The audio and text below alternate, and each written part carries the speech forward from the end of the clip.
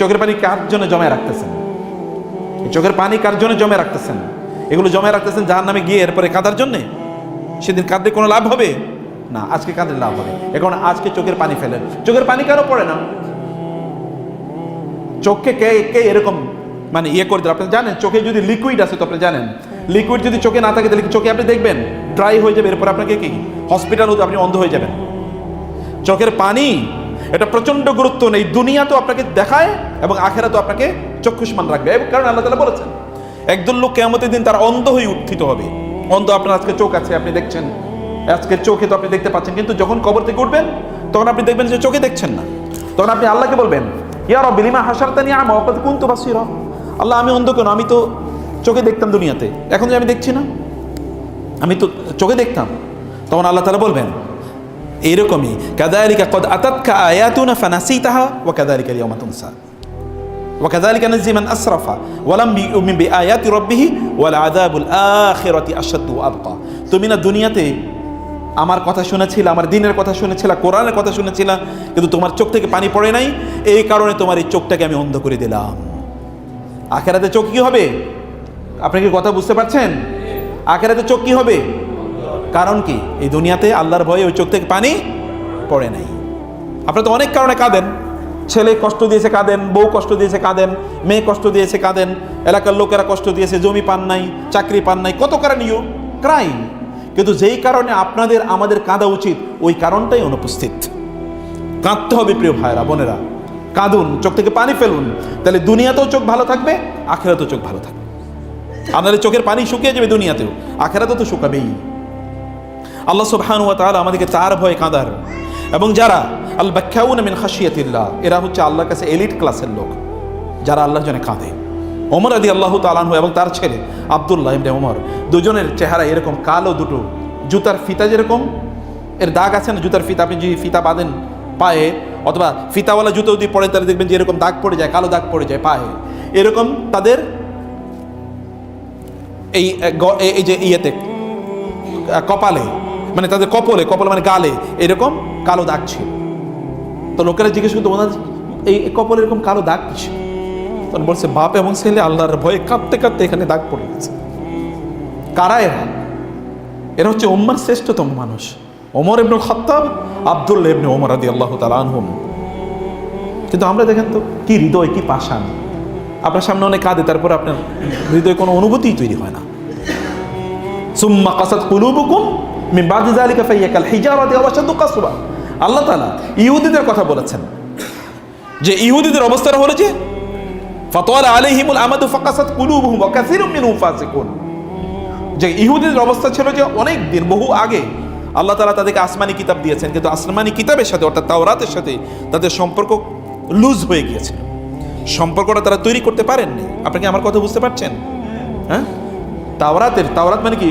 ইহুদিদের অর্থাৎ মুসা আলাইহিস সালামের উপর যে কিতাব নাজিল হয়েছে, এরা তাদের বহুদিন আগে মুসা আলাইহিস সালাম চলে গেছেন, তারা তাওরাতের সাথে তাদের সম্পর্কটা আগের মতো স্ট্রং নাই, এবং এই কারণে তাদের অন্তরগুলো কঠিন হয়ে গেছে, তারা দুনিয়াদার হয়ে গেছে। আল্লাহ তাআলা তাদের ব্যাপারে বলেছেন এবং সূরা বাকারাতে শুরুতে বলেছেন, সুম্মা কাসাত কুলুবুকুম মিন বাদি যালিক ফাহিয়া কাল হিজারা, তোমাদের অন্তরগুলো পাথরের মতো কঠিন হয়ে গেছে। পাথর থেকে কোনো পানি তো আর ঘামে না, তাই না? কিন্তু কিছু কিছু পাথর আছে, ওয়া ইন্না মিনাল হিজারাতি লামা ইয়াতাফাজ্জারু মিনহুল আনহার ওয়া ইন্না মিনহা লামা ইয়াশাক্কাকু ফায়াখরুজু মিনহুল মা ওয়া ইন্না মিনহা লামা ইয়াহবিতু মিন খাশিয়াতিল্লাহ ওয়া মাল্লাহু বিগাফিলিন আম্মা তা'মালুন। তোমরা যে কি করছো আল্লাহ তাআলা তার সম্পর্কে গাফেল না, আল্লাহ সব জানেন, সব লিখে রাখছেন। কিন্তু কিছু কিছু পাথর আছে তোমাদের হৃদয় পাথর চেয়ে কঠিন, কিন্তু কিছু কিছু পাথর আছে এই পাথর যখন ফেটে যায় সেখান থেকে পানি বের হয়। যেমন মুসা আলাইহিস সালাম পাথরে আঘাত করার পরে কি হয়েছে? সেখান থেকে 12টা ঝর্ণা তৈরি হয়েছে। ফানফাজারাত মিন হাসনাতা আশরাতাইনা, 12টা সেখান থেকে ঝর্ণা তৈরি হয়েছে। আবার কোন কোন পাথর এটা ফেটে সেখান থেকে পানি বের হয়। আবার কোন কোন পাথর পাহাড়ে থাকে, কিন্তু আল্লাহর ভয়ে সেখান থেকে ওই পাহাড় জমিনে পড়ে যায়। এরকম অনেক পাথর আছে, আল্লাহকে ভয় পায়। কিন্তু মানুষের হৃদয়গুলো যখন কঠিন হয় তখন এটা পাথরের চেয়ে কঠিন হয়, তখন এখান থেকে কিছুই বাইর হয় না, এখান থেকে পানিও ঘামে না।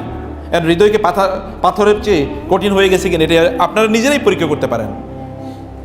আপনারা দেখেন যে আল্লাহর কথা শোনার পরে অন্তরে কোনো প্রভাব তৈরি হয় কিনা, যে না ঠিক আছে আমার নিজকে আমি পরিবর্তন করব। আমি একটু ভালো, এর চেয়ে একটু ভালো হব, এরকম আপনারা করেন কিনা? এগুলো যদি না করতে পারে তাহলে বুঝবে যে আমাদের বড় একটা সংকট আমাদের সামনে আছে। প্রিয় ভাইরা, আমি 10টি আমলের কথা বলি যেটা আমাদের অন্তরকে নরম করবে। 10টি আমল, এর মধ্যে 1 নম্বর আমল হলো তেলাওয়াতুল কোরআন মা তাদাব্বুর। কোরআনকে বুঝে বুঝে তেলাওয়াত করা। কোরআনকে কি করা? বুঝে বুঝে কোরআনকে তেলাওয়াত করা। দেখেন আল্লাহ সুবহানাহু ওয়া তাআলা তার রাসূলকে রাতের নামাজ আদায় করতে বলেছেন। কি? কুমিল লাইলা ইল্লা কালিলা নিসফাহু আও ইনকুস মিনহু কালিলা আও জিদ আলাইহি ওয়ারাত্তিলিল কোরআন তারতিলা। আল্লাহ তাআলা তার রাসূলকে বলেছেন যে আপনি কি করুন, রাতের অর্ধেক, তার চেয়ে কম অথবা তার চেয়ে বেশি দাঁড়িয়ে নামাজ আদায় করেন, রাতের নামাজ। কিন্তু এর মধ্যে সবচেয়ে ফোকাল পয়েন্ট, যেই জায়গাটাতে আপনি বেশি গুরুত্ব প্রদান করবেন, তা হলো ওয়ারাত্তিলিল কোরআনা তারতিলা। তারতিলের সাথে ধীরে ধীরে ধীরে ধীরে কোরআন পড়েন। প্লিজ কোরআনের কাছে আসেন, কোরআনের কাছে আসেন, কোরআন বুঝেন। আল্লাহ সুবহানাহু ওয়া তাআলা কোরআনকে নাজিল করেছেন আমরা লাআল্লাকুম তাতাফাক্কারুন লাআল্লাকুম তাআকিলুন আফালা ইয়াতাদাব্বারুনাল কোরআনা আম আলা কুলুবিন আকফালুহা। তারা কি কোরআন বুঝবে না, নাকি তাদের অন্তরটা তালা মেরে দেওয়া হয়েছে? যেই অন্তরটা তালা মারা, ওই অন্তরে তো আর কেউ ঢুকতে পারে না। ওইখানে ঢুকে কি? শয়তান। ওইখানে শয়তান ঢুকে আছে, ওটা তো তালা মারা। অতএব আপনাকে কোরআন তাদাব্বুর, সেটা আল্লাহ বলছেন। কেবলমাত্র কোরআন তেলাওয়াত করলে চলবে না, কোরআন তাদাব্বুর করতে হবে। আল্লাহ তাআলা তার রাসূলকে কেবল কোরআন তেলাওয়াতের জন্য পাঠান নাই। 1 নম্বর কাজ তিনি ইয়াতলু আলাইহিম আয়াতিহি, কোরআন তেলাওয়াত করে শোনাবেন। ওয়া ইউআল্লিমুহুম, এবং কোরআনের তালিম দেবেন, কোরআন শেখাবেন, কোরআন বুঝাবেন। ওয়াল হিকমা, কোরআনের ব্যাখ্যা তাদেরকে শেখাবেন তিনি। এইটাই ছিল রাসূল সাল্লাল্লাহু আলাইহি ওয়াসাল্লামের কাজ, এইটাই তার মূল কাজ, এইটাই তিনি করেছেন। দাওয়াত দিয়েছেন কি দিয়ে? কোরআন দিয়ে। সব জায়গায় তিনি কোরআন তেলাওয়াতই শুনিয়েছেন। ওমর রাদিয়াল্লাহু তাআলা ইসলাম গ্রহণ করেছেন কি শুনে? কোরআন তেলাওয়াত শুনে। আর আবু বকর রাদিয়াল্লাহু তাআলার কাছ থেকে লোকেরা যে তার হাতে ইসলাম গ্রহণ করেছে, আব্দুর রহমান ইবনে আউফ, তালহা, জুবায়ের এবং ওসমান ইবনে আফফান রাদিয়াল্লাহু এবং আবু উবাইদা ইবনুল জাররাহ সহ এই জলিলুল কদর সিনিয়র এবং জান্নাতের সুসংবাদ প্রাপ্ত সাহাবীরা আবু বকর রাদিয়াল্লাহু তাআলা আনহুর তেলাওয়াত শুনে কেবলমাত্র ইসলাম গ্রহণ করেছে। কানা রাজুলান বাক্কা ইদা কামা মিনাস সালাতি কানা ইয়াবকু। যখন আবু বকর রাদিয়াল্লাহু তাআলা আনহু তিনি যখন নামাজে দাঁড়াতেন, কোরআন তেলাওয়াত করতেন, তখন তিনি কোরআন তেলাওয়াতের কারণে কাঁদতেন। কেবল কোরআন তেলাওয়াত শুনে, কোরআন তেলাওয়াত করে কাঁদতেন। এবং কোরআনে আল্লাহ সুবহানাহু ওয়া তাআলা বারবার কোরআনের কারণে লোকেরা কাঁদে কথা বলেছেন। কোরআন শুনে তারা কাঁদে। কোরআন বারবার দেখেন, ওয়াইদা সামিউ মা উনজিলা ইলার রাসূলি তারা আয়ুনুহুম তাফিদু মিনাদ দাম'i মিম্মা আরাফু মিনাল হক। যখন তাদের উপর কোরআন পাঠ করা হয়, তখন আপনি দেখবেন তাদের চোখ থেকে বন্যার মতো করে পানি পড়ে। রাসূলুল্লাহ সাল্লাল্লাহু আলাইহি ওয়াসাল্লামের ব্যাপারে যখন তিনি দ্বীন প্রচার করা শুরু করে দিলেন, তখন মক্কার কুরাইশরা নেতৃবৃন্দ, তার উপর আবু জাহল, আবু লাহাব, উতবা, শায়বা, রাবিয়া, তাই না, আল আখনাস এবং আবু সুফিয়ান, এরা এমনকি ওই যে আপনার উমাইয়া ইবনে খালফ, এরকম মক্কার হোমরা চোমরা নেতারা, এরা সব মুসলমানদের উপর জুলুম অত্যাচার করা শুরু করে দিল। মুসলিমরা এই জুলুম থেকে বাঁচার জন্য তারা আবিসিনিয়াতে হিজরত করলো। আবিসিনিয়া মানে ইথিওপিয়া। ইথিওপিয়াতে হিজরত করার পর সেখানে হিজরতের মধ্যে প্রথমে গিয়েছিল 16 জন, এরপরে গিয়েছিল 73 জন। এই 16 জনের মধ্যে কে ছিল? আবু জাফর ইবনে আবি তালেব, ওসমান ইবনে আফফান, রাসূল সাল্লাল্লাহু আলাইহি ওয়াসাল্লামের মেয়ে রুকাইয়া রাদিয়াল্লাহু তাআলা আনহা, এরকম সিনিয়ররা ছিলেন। তারা সেখানে হিজরত করে চলে যাওয়ার পর কুরাইশরা দেখলো যে তাদের শিকার তো হাতছাড়া হয়ে যাচ্ছে, অত মুসলমান একটা সেফ এক্সিট পেয়ে যাচ্ছে যেখানে গিয়ে তারা আশ্রয় নিতে পারবে। অতএব তারা ইসলাম গ্রহণ করবেই, তাদেরকে বাধা দিয়ে রাখা যাবে না। এ কারণে তারা তাদের বাঘা 2 জন কূটনীতিক ডিপ্লোমেটকে তারা পাঠালো। একজনের নাম হচ্ছে আব্দুল্লাহ ইবনে রাবিয়া, আরেকজনের নাম হচ্ছে আমর ইবনুল আস রাদিয়াল্লাহু তাআলা। এরা দুজনে পরে ইসলাম গ্রহণ করেছে। এদেরকে পাঠালো নাজ্জাশির কাছে। আবিসিনিয়ার তখনকার সম্রাটের নাম ছিল নাজ্জাশি।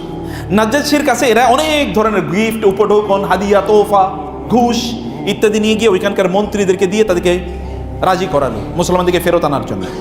আর আবিসিনিয়ার রাজার নাজ্জাশির কাছে নিয়ে গেল। নাজ্জাশি বলল, আমি তোমাদের গিফট দিয়ে করবো কি? এখানে আমার দেশে যারা আশ্রয় নিয়েছে, অ্যাসাইলাম বলে এখন, যারা আশ্রয় নিয়েছে, এদের কথা আমি না শুনে তোমাদের কাছে ফেরত পাঠাতে পারবো না। তোমরা আমার যতই বন্ধু রাষ্ট্র হোক না কেন। রাজা ঠিক আছে, তাদেরকে ডাকেন। তাদেরকে ডাকা হলো। চিন্তা করলো মুসলমানরা গিয়ে বলবে কি? জাফর ইবনে আবি তালেব বললেন, আল্লাহ যা বলছেন আমরা তাই বলবো, আল্লাহ রাসূল যা শিখেছেন তাই বলবো। আল্লাহ এবং আল্লাহ রাসূলের উপর তাদের আস্থার লেভেল। এখানে গিয়ে তারা এখন যারা বিদেশে ইউরোপ আমেরিকাতে যারা রাজনৈতিক আশ্রয় নেয়, পলিটিক্যাল অ্যাসাইলাম নেয়, দেখবেন সব মিথ্যা, আমার দেশে আমি থাকতে পারি না, আমারে মেরে ফেলবে, আমার ভাই বোন আত্মীয় স্বজনে মেরে ফেলেছে, এরকম মিথ্যা কথা বলে। তারা বলেন না, আমরা যা সত্য তাই বলবো, আল্লাহ এবং আল্লাহ রাসূল যা বলছে তাই বলবো। ইমানের লেভেল দেখছেন সেখানে। তারপরে জাফর ইবনে আবি তালেব সেখানে গেলেন, অন্যান্য সেখানে উম্মে সালামা, আবু সালামা রাদিয়াল্লাহু তাআলা আনহুম, তারা সেই সিনিয়র সাহাবীরাও সেখানে ছিলেন। তারা বলেন ঠিক আছে, জাফর কথা বলে। জাফর ইয়াং, মানে যে ইয়াংরা যারা আছেন, ইয়াং জাফর রাদিয়াল্লাহু তাআলা, রাসূলের চাচাতো ভাই, আবু তালেবের ছেলে, তিনি গেলেন সেখানে। যাওয়ার পরে এই আমর ইবনে আস এবং আব্দুল্লাহ ইবনে রাবিয়া বললেন, এরা আমাদের দেশের যুবক, এরা একটু পথভ্রষ্ট হয়ে গেছে। দেখবেন আমাদের এলাকায় এরকম কথাবার্তা আছে, এগুলো হঠাৎ করে নতুন ইসলাম বাইর করছে, এগুলো সব পথভ্রষ্ট হয়ে গেছে, এরকম কথা আছে কিনা? এদিকে নতুন ইসলাম নিয়ে আইছে, আমরা বাপ দাদাদের কাছ থেকে কি ইসলাম শুনলাম, আর এরা নতুন কি ইসলাম বলে। এটা ওই তৎকালীন আরবদের অবস্থা, যে এরা আবার নতুন, বাপ দাদারা কি কইছে আর এরা নতুন কি কয়, এরকম একটা পরিস্থিতি। তো কি হয়েছে, এদেরকে আমরা, এরা আসলে আমাদের যে আমরা যে ধর্ম পালন করতাম এগুলো তারা ছেড়ে দিয়েছে, নতুন কি কি যেন কিছু কথাবার্তা বলে, এগুলো আমরা কিছু বুঝিও না, আমরা কিছু এর আগে কোনোদিন শুনিও না, তাই না? এবং আমরা, এরা সমাজে একটা বিশৃঙ্খলা তৈরি করছে। আমরা আগে কি সুন্দর দিন কাটাইতাম, হিন্দু মুসলমান খ্রিস্টান একসাথে গান গাইতাম, একসাথে পূজা পার্বণ ঈদ সব একসাথে করতাম, মানে এর মধ্যে কোনো ভেদাভেদ ছিল না। এখন নতুন এসে কি একটা ফতুয়া বাইর করছে, এখন আমরা আলাদা হয়ে গেছে, আমাদের সমাজ আলাদা হয়ে গেছে, আমাদের মসজিদ আলাদা হয়ে গেছে, আমাদের ইবাদত খানা আলাদা হয়ে গেছে। এরা এখন আর কাবায় গিয়ে কি ওলু হুবাল তারা বলে না, হুবালের জয় হোক এগো তারা এখন আর বলে না, লাত উজ্জা মানাতের কাছে তারা আশ্রয় প্রার্থনা করে না। এরকম একটা বিপদের মধ্যে আছি, নতুন নতুন ধর্ম এরা বাইর করছে। অতএব কি করতে হবে, কি করে এদেরকে আমাদের দেশে ফেরত পাঠাতে হবে। বলে যে ঠিক আছে, আমি ওদের কথা একটু শুনি। তখন জাফর বলেন, ইয়া আইয়ুহাল মালিক, হে রাজা, আমরা ছিলাম এমন একটা জাতি, আমরা মূর্তি পূজা করতাম, আমরা মৃত প্রাণীর মাংস খেতাম, আমরা আত্মীয় স্বজনের সম্পর্ক রক্ষা করতাম না, পিতা মাতার সাথে খারাপ আচরণ করতাম, আমরা জেনা ব্যভিচার করতাম, মদ খেতাম, জুয়া খেলতাম, এবং আমরা আত্মীয়তার সম্পর্ক রক্ষা করতাম না, আমরা মেহমানদারি করতাম না, এরকম কাজ আমরা করতাম, আমরা অশ্লীল কাজ করতাম, মানুষকে হত্যা করতাম এবং রক্তপাত করতাম, মারামারির মধ্যে আমরা লিপ্ত ছিলাম, এগুলো আমরা করতাম। হঠাৎ করে আল্লাহ তাআলা অনুগ্রহ করে আমাদের মাঝে একজন নবী পাঠাইছেন। ইনি এসে এবার আমাদেরকে বলেন, আমরা যেন মূর্তি পূজা না করে একক আল্লাহর ইবাদত করি, আমরা যেন আত্মীয় স্বজনের সাথে ভালো সম্পর্ক রাখি, আমরা যেন মানুষের হত্যা না করি, আমরা যেন বিপদ আপদে অন্যদের সাথে এগিয়ে যাই, আমরা যেন মানুষের সাহায্য সহযোগিতা করি, আমরা যেন মেহমানদারি করি, এবং আমরা যেন মদ জুয়া ইত্যাদিতে অভ্যস্ত, আমরা যেন জেনা ব্যভিচার না করি। এগুলো তিনি বলেছেন, তিনি আমাদেরকে এইরকম ভালো কথাগুলো বলেছেন। অতঃপর আমরা তার প্রতি ঈমান আনার কারণে এরা আমাদের উপর জুলুম অত্যাচার করে। আমরা কেবল আমাদের জীবনটা বাঁচানোর জন্য, দিনকে বাঁচানোর জন্য আপনার দেশে এসে আশ্রয় নিয়েছে। আমাদের নবী বলেছেন, আপনার এখানে আসার জন্য আমরা এখানে এসেছি। তোমরা আচ্ছা ঠিক আছে, ভালো তো, আচ্ছা তোমাদের উপর তোমাদের নবী তোমাদেরকে যা বলেছেন এরকম একটু আমাকে বলে শোনাও তো। বলে আইয়ুহাল মালিক, আমাদের নবী আমাদেরকে যা বলেছেন তিনি এটা আল্লাহর পক্ষ থেকে বলেছেন, নিজে থেকে কিছুই বলেননি। আল্লাহর পক্ষ থেকে তার কাছে যা এসেছে আপনাকে কেবল এতটুকু বলে শোনাতে পারি। বলে আচ্ছা ঠিক আছে বলো। বলে আমাদের নবীর উপর একটা সূরা নাজিল হয়েছে, এই সূরার প্রথম থেকে তিনি তেলাওয়াত করা শুরু করে দিলেন। কাফ হা ইয়া আইন সাদ যিকরু রাহমাতি রাব্বিকা আবদাহু যাকারিয়া ইয নাদা রাব্বাহু নিদাআন খাফিয়া ক্বালা রাব্বি ইন্নী ওয়াহানাল আযমু মিন্নী ওয়াশতাআলা আর-রা'সু শাইবা ওয়া লাম আকুম বিদুআইকা রাব্বি শাকিয়া وإني خفت الموالي من ورائي وكانت امرأتي عاقرا فهب لي من لدنك وليا। এরকম তিনি তেলাওয়াত করছিলেন। নাজ্জাশী নিচের দিকে মাথাটা দিয়ে দিয়েছে, উপরের দিকে মাথা তোলে নেই। তার তেলাওয়াত শেষ, কেউ নাজ্জাশী মাথা এরপরেও তোলে নেই। কিছুক্ষণ পর ধীরে ধীরে নাজ্জাশী তার চেয়ার থেকে, রাজ সিংহাসন থেকে সে মাথাটা উঠিয়ে দেখলো, তার লোকেরা দেখলো তার চোখ থেকে পানি পড়ছে। তুমি কি বললা এগুলো? তোমাদের নবী এগুলোই বলছে তোমাদেরকে? বলে হ্যাঁ এগুলি আমাকে বলছে। বলে আল্লাহর কসম, তোমরা যা বলছো আমরা যা বিশ্বাস করি এর মধ্যে কোনো পার্থক্য নাই। যাও তোমরা আমাদের দেশে থাকো, এবং এদেরকে বলে যাও তোমরা দেশে চলে যাও, এদেরকে ফেরত পাঠানো হবে না, এদেরকে ফেরত পাঠানো, এদেরকে নিয়ে যাও, তোমরা তোমাদের দেশে চলে যাও। জাফর ইবনে আবি তালেব শুধু আল্লাহর কিতাব তেলাওয়াত করে শুনেছে। এরপরে আমরা লাস্ট চিন্তা করলো, আমি এত বড় বাঘা কূটনীতিক, আমি পরাজিত হব, এটা হতেই পারে না। পরের দিন সে চিন্তা করলো, রাতে তারা বসলো দুজন যে করণীয় কি, আমরা পরাজিত হয়ে যাব, নাজ্জাশীর সাথে আমাদের সম্পর্ক এরকম নষ্ট হবে। এটা তো ব্যবসায়িক রিলেশন, রেহালাতা সীতাই ও সাইফ, এখানে তারা ব্যবসা করতে আসতো। আমরা এই ব্যবসা বাদ দিয়ে আমাদের সাথে পর তারা চিন্তা করলো আগামীকালকে এটা নতুন একটা ট্রাম্প কার্ড, এমন একটা তুরুপের তাস দেব যাতে নাজ্জাশী বাধ্য হয় এদেরকে আমাদের কাছে ফেরত পাঠায় এবং আমাদের সম্পর্ক, আমরা যে ভুল করছি বা আমরা যে অন্যায়ের উপর আছি এটা যেন নাজ্জাশী মনে না করে। ঠিক আছে, কি করতে হবে? পরের দিন সকালে গেল, নাজ্জাশী কি গিয়ে বলে, নাজ্জাশী আপনি তো ওদের ভালো কথাবার্তা শুনে আপনি মানে তাদের প্রতি একটু মানে দুর্বল হয়ে গিয়েছেন, কিন্তু আপনি জানেন যে আপনাদের নবীর ব্যাপারে ওরা কত খারাপ ধারণা পোষণ করে। বলে কি? বলে হ্যাঁ, ওরা জঘন্য ধারণা পোষণ করে আপনাদের নবীর ব্যাপারে, মানে ঈসা আলাইহিস সালামের ব্যাপারে। নাজ্জাশী ছিল খ্রিস্টান, ঈসা আলাইহিস সালামের ব্যাপারে তারা খুবই জঘন্য ধারণা পোষণ করে, আপনাদের বিশ্বাসের চেয়ে একটা ভিন্ন বিশ্বাস লালন করে। বলে কি করতে হবে? কি লালন করে? বলে ডাকেন, ডাইকে আমাদের সামনে জিজ্ঞেস করেন, আমাদের সামনে জিজ্ঞেস করেন। এগুলো যখন উম্মে সালামার কাছে গেল রাদিয়াল্লাহু তাআলা আনহা, খুবই বুদ্ধিমতী নারী উম্মে সালামা রাদিয়াল্লাহু তাআলা, তিনি বললেন পরে রাসূল সাল্লাল্লাহু আলাইহি ওয়াসাল্লামের স্ত্রী হবেন। উম্মে সালামা বললেন এখন হবে কি? আমরা তো আসলেই তো ভিন্ন ধারণা বিশ্বাস লালন করি। ওরা বলে ঈসা আলাইহিস সালাম আল্লাহর সন্তান, আমরা তো তা বলি না, আমরা বলি আল্লাহর নবী। তো এটা তো কি হবে? তো আমরা বলো তাহলে আমরা একটু ভিন্ন কথাবার্তা বলি। আবু জাফর ইবনে আবি তালিব বলে আল্লাহর কসম, আল্লাহর রাসূল যা আমাদেরকে জানিয়েছেন তার বাইরে এক ফোঁটা হবে না, ততটুকুই হবে। আল্লাহর কথা, আল্লাহ যা বলেছেন তাই বলা হবে। ঠিক আছে, আমরা যা হওয়ার তাই হবে, কিন্তু আল্লাহর কথা এবং আল্লাহ রাসূলের কথা একটু বিকৃত হবে না। ভালো করে খেয়াল করবেন, কোন সিচুয়েশনে আল্লাহ এবং আল্লাহ রাসূলের কথা এক ফোঁটাও বিকৃত হবে না, যা হয়েছে তাই, যা হবার তাই হবে। গেলেন পরের দিন যাওয়ার পর নাজ্জাশী বললেন, এবার একটু গুরু গম্ভীর, নাজ্জাশী বললেন যে তোমরা আমাদের নবীর ব্যাপারে কি বিশ্বাস লালন করো? বলে আইয়ুহাল মালিক, আপনাদের নবীর ব্যাপারে আমরা সেই বিশ্বাসই লালন করি যেই বিশ্বাসের ব্যাপারে আল্লাহ তাআলা আমাদের নবীর কাছে কোরআন নাজিল করেছেন। বলে কি সেটা একটু বলো না।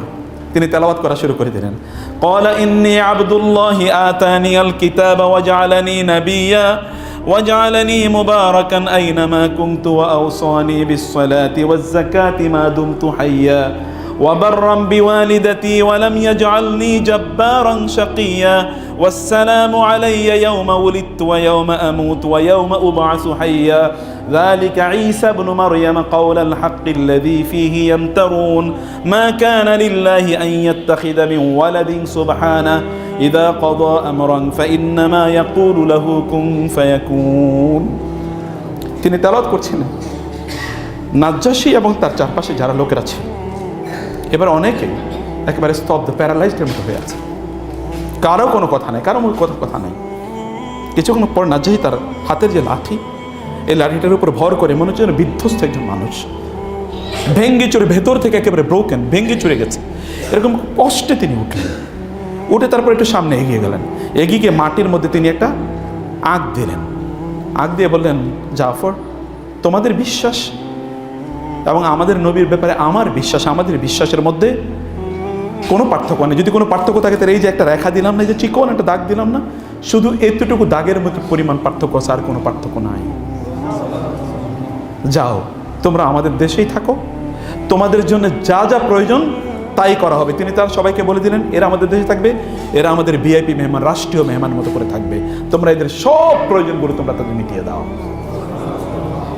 ঈমান কাকে বলে? দিন কাকে বলে? কিভাবে দেখেন একটা নাজ্জাশীর যদি অন্তর কোরআন তেলাওয়াতের কারণে এখনো সে মুসলমান হয় নাই, এবং এই তেলাওয়াত শোনার পর এরপর নাজ্জাশী মুসলমান হয়েছে। জানেন আপনারা, মদিনায় যখন রাসূল সাল্লাল্লাহু আলাইহি ওয়াসাল্লাম হিজরত করে চলে গেলেন, এরপরে হঠাৎ একদিন রাসূল সাল্লাল্লাহু আলাইহি ওয়াসাল্লাম সাহাবায়ে কেরাম থেকে বললেন, মা তা আখুকুম, তোমাদের ভাই মারা গেছে, চলো একটু আমরা ওই যেটাকে এখন বলা হয় জান্নাতুল বাকি আল গারকাদ, চলো ওইখানে যাই। ওইখানে জানাজার নামাজ তিনি পড়তেন। সেখানে গিয়ে রাসূলুল্লাহ সাল্লাল্লাহু আলাইহি ওয়াসাল্লাম এবার গায়েবী জানাজা পড়েছেন। জীবনে কেবল একবার। আমাদের দেশে দেখেন এটা কি একটা ডিবেটের ইস্যু, জানাজা কতবার যে পড়ানো হয়, গায়েবে ওই জায়গায় মারা গেছে আরেক জায়গায় গায়েবী জানাজা কেবল পড়তেই থাকে। রাসূল ইসলাম তার গোটা জীবনে একবার গায়েবী জানাজা পড়েছেন, একবার। এটা সেটা কার জন্যে? এই নাজ্জাশীর জন্য। এই নাজ্জাশীর জন্য তিনি মারা গেছেন ওইখানে, সহিহ হাদিস, বুখারী হাদিস, ওইখানে তিনি মারা গেছেন। এখানে রাসূল সাল্লাল্লাহু মদিনায় তার জন্য জানাজা নামাজ আদায় করেছেন। প্রিয় ভাইরা, কোরআন যদি আপনি না পড়েন, কোরআন যদি আপনার অন্তরে প্রভাব তৈরি না করতে পারে, তাহলে বুঝবেন যে আপনার অন্তর মৃত, মরে গেছে। এবং এ কারণে আল্লাহ তাআলা কোরআনে আকাশ থেকে আগত বৃষ্টি, ওয়া ইউনাজ্জিলু মিনাস সামাই মিন আয়াতিহি, মানামুকুম বিল-লাইলি ওয়ান-নাহার ওয়া ইবতিগাউকুম মিন ফাদলি, এবং ওমিন আয়াতিহি খালকুস সামাই ওয়াল আরদি ওয়া ইখতিলাফু আলসিনাতিকুম ওয়া আলওয়ানিকুম ওয়া মিন আয়াতি বলে ওয়া ইউনাজ্জিলু মিনাস সামাই মাআন ফায়ুহয়ি বিল আরদা বা'দা মাউতিহা ইন্না ফি যালিকা লাআয়াত। আল্লাহ তাআলা বলেছেন আল্লাহর নিদর্শন হলো আল্লাহ সুবহানাহু ওয়া তাআলা যে আছেন এটার একটা প্রমাণ হলো আসমান থেকে তিনি বৃষ্টি নাজিল করেন, এই বৃষ্টির মাধ্যমে মৃত জমিনকে তিনি কি করেন? পুনর্জীবিত করেন। জমিন ফেটে গেছে, জমিনে কোনো ফসল নাই, যে কৃষকরা ভালো করে বুঝবেন, কোনো ফসল হচ্ছে না, খরা। এই খরাতে হঠাৎ করে যখন বৃষ্টি হয় তখন কি হয়? সব আবার তরুতাজা হয়ে ওঠে না, শস্য শ্যামল সবুজ সবকিছু হয়ে ওঠে। কে করে এটা? এটা আল্লাহ সুবহান। কিসের মাধ্যমে? ফায়ুহি বিহি, ওই বৃষ্টির মাধ্যমে আল্লাহ তাআলা করেন। আল্লাহ তাআলা কোরআনকে মাসালুল হায়াতিদ দুনিয়া কামাইন আনজালনাহু মিনাস সামাই, আল্লাহ তাআলা বলেছেন এই সূরাতুল কাহফে যে ইন্নামা মাসালুল হায়াতিদ দুনিয়া কামাইন আনজালনাহু মিনাস ওয়াদরিব লাহুম মাসালুল হায়াতিদ দুনিয়া, এটা যে তুমি তাদের জন্য, আপনি তাদের জন্য ব্যাখ্যা করুন এই জীবনের উদাহরণ হচ্ছে কামাইন আনজালনাহু মিনাস সামা ফাখতালাতা বিহি নাবাতুল আরদ ফাআসবাহা হাশিমান তাযরুহু রিয়াহ ওয়া কানা আল্লাহু আলা কুল্লি শাইইন মুকতাদিরা আল মাল ওয়াল বানুনা জিনাতুল হায়াতিদ দুনিয়া ওয়াল বাকিয়াতুস সালিহাতু খায়রুন ইনদা রাব্বিকা সাওয়াবান ওয়া খায়রুন আমালা। প্রিয় ভাইরা, এই দুনিয়ার জীবন, এই কোরআনটাকে আল্লাহ সুবহানাহু ওয়া তাআলা আসমান থেকে আগত বৃষ্টির সাথে তুলনা করেছেন। বৃষ্টি যেমনভাবে মৃত জমিনকে পুনর্জীবিত করে, আসমান থেকে আগত বৃষ্টি জমিনকে যেমনিভাবে মৃত জমিনকে জীবিত করে, কোরআন ঠিক তেমনিভাবে মৃত অন্তরকে জীবিত করে। তাহলে কোরআনের কাছে আসতে হবে না? কোরআন পড়তে হবে কিনা? বুঝতে হবে কিনা? কেবল কোরআন মুখস্থ করলে কাম হবে না, এটাও করতে হবে। এটা মাছ মোর ইম্পর্টেন্ট। এই যে বাচ্চারা এখানে আছে এই কারণে, তোমরা কি শুনছো কথা? ছোটরা কথা শুনছো? অনেকে আওয়াজই করে না, শুনছো কিনা জোরে বলো। মাশাআল্লাহ, এটা ভালো করে মনোযোগ দিয়ে শুনতে হবে, অন্যদিকে তাকানো যাবে না, এইদিকে সবাই তাকাইতে হবে। এদিকে ভালো করে শুনবেন, আপনাদের জন্য গুরুত্বপূর্ণ কিছু আলোচনা এখন আমি সামনে জুড়ে রেখে দিয়েছি। প্রিয় ভাইরা, তাইলে কোরআনকে তেলাওয়াত করতে হবে কীভাবে? বুঝে শুনে তেলাওয়াত করতে হবে, বুঝে শুনে।